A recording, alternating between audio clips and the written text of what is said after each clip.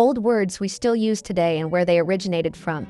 During the Victorian era in London, there was an infamous Irish street gang ran by a family named the Houlihan family. They were known for their violent behavior and lawlessness. Anyone who was seen causing trouble were instantly branded as a hooligan by the locals. Over time, it evolved into the word hooligan, which we still use today as a way to describe a criminal. During the 1800s in the US, there were incidents where Irish and Southern Italian immigrants, as well as African Americans, were punished using a whip after being accused of committing crimes without any official trials. This idea of instant punishment for these people was introduced by Charles Lynch. That's why it became known as lynching. During the 18th century, when Great Britain ruled India, there were criminals known as thugs who roamed the countryside looking to steal from travelers. British colonizers encountered them and brought the word back home. Today we use thug to describe any violent criminal. In the late 1800s, police in America started taking photos of criminals' faces to keep records. They called these photos mugshots because mug was slang for face and shot meant a picture. Today, every wanted criminal's photo is still called a mugshot. The 1860s, prison camps during the American Civil War had a line drawn in the dirt.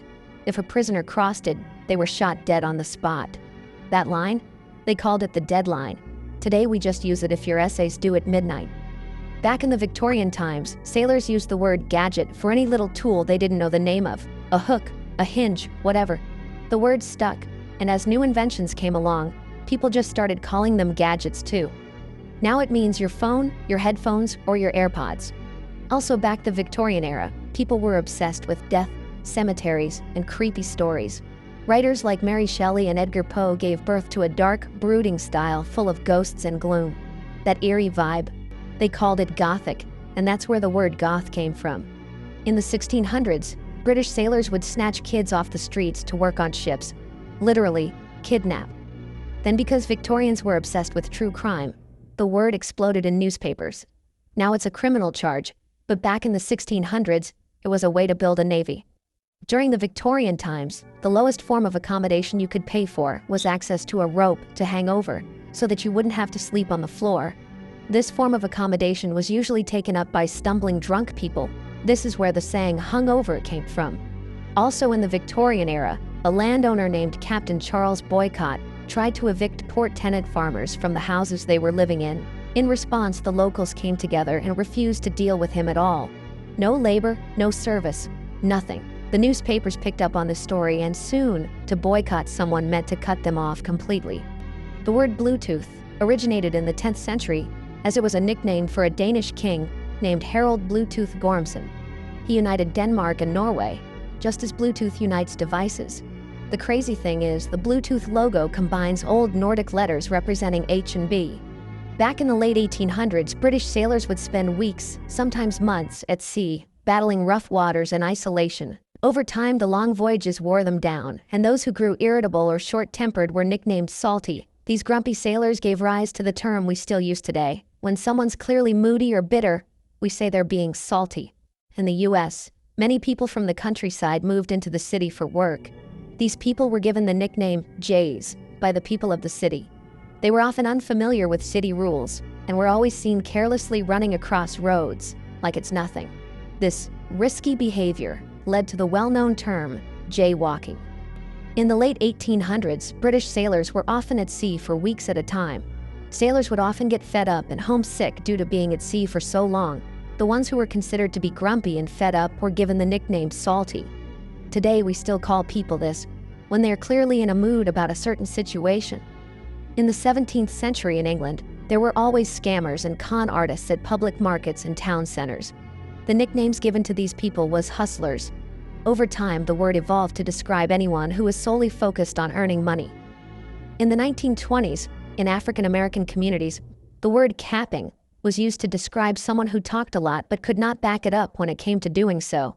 Today, the word is used as an alternative to the word lie. During the 1800s, in the Wild West, when cowboys were running wild, it was a dangerous place to be, especially if you wanted to transport goods to another town. So when doing so, the carriage driver transporting the goods would hire a gunman to sit passenger side with him for protection. As the gunman was usually carrying a shotgun, this passenger seat became known as shotgun. And that's why today we call shotgun when we want to sit in the passenger seat of a vehicle. In the late 1800s, many Greeks emigrated to the United States in need for work. A lot of the Greeks were stationed at the docks, inspecting cargo as it was shipped in from abroad. If all the cargo was in order, the Greeks would say "Ola kala," meaning everything is good. This was later shortened to "okay." During the Middle Ages in England, criminals who were sentenced to death would be transported to Tyburn Hill for execution. On their way there, they would be allowed to stop off at a country pub for one last drink, as this last drink was considered to be the last on the road to death. It became known as one for the road, and this is still used today by many in pubs, when someone is having their last drink before going home. In the 1700s, British sailors would have to go through daily inspections. They were told to line up along the seams of the top deck, with the toe of their shoes touching the line of the deck seam.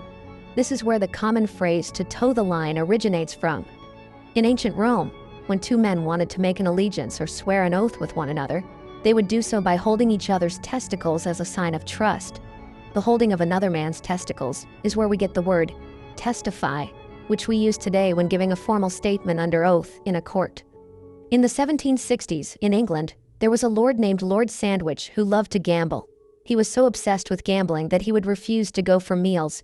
So he would order his food in between two slices of bread so he could eat while playing. This is where the famous sandwich came from.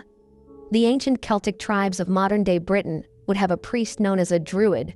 These druids would organize massive fires as a celebration. They would often throw animal bones into the fire as a way to give the flame life.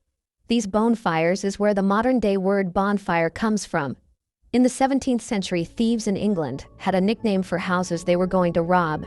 This nickname was crib, but by the 20th century the word made its way out of the criminal underworld and started being used to refer to people's homes in general. It's most commonly used today in the hip-hop culture.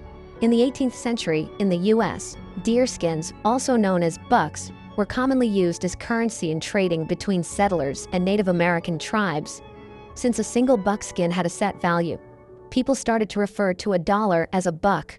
With time, the trade method disappeared, but the slang term stuck, and that's why today we still call a dollar a buck. In the 1880s, dude was a slang term used to refer to a man living in a city who would overdress, almost like a wannabe cowboy. It later evolved into the chill version we use today to refer to an average man. In the 1930s, jazz musicians used the word cool to describe a smooth, laid-back style. By the 1950s, it symbolized effortless confidence and spread through pop culture.